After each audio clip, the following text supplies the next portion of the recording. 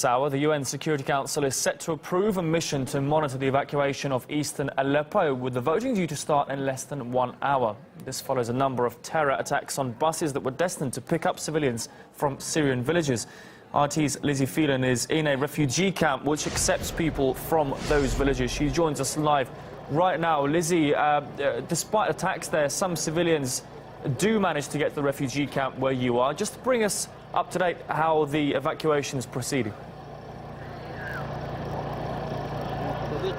Well, so far, an official at this camp tells us that 260 people from Fua and Kafrea, those two villages, largely populated with people who are sympathetic to the Syrian government, that have been under siege now by rebel forces for almost 2 years in the province of Idlib. They've been brought here to this shelter in Jibrin on the outskirts of Aleppo.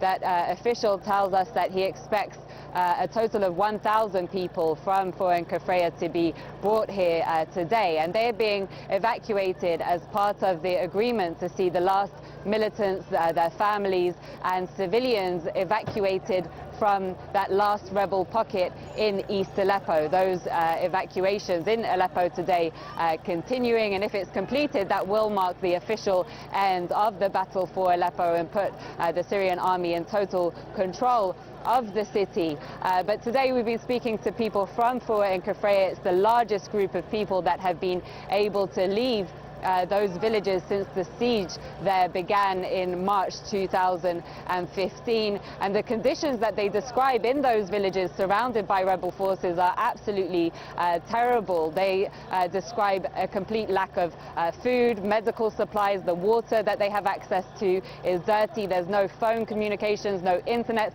and they're living under a constant barrage of shelling by opposition militants. Some of the people we've spoken to say that in just one day they have fired at them over 200 mortar bombs. So for sure, many of the people that have left today relieved to have got out, but it's a bittersweet feeling for them, because only injured people, women and small children are being allowed to leave. So those who have come here have had to leave behind their families, and they have no way of staying in touch with them. And they're urging that all of the population, all of the people inside Fua and Kafrea be allowed to leave immediately. RT's Lizzie Phelan there reporting on the progress of those evacuations from Aleppo.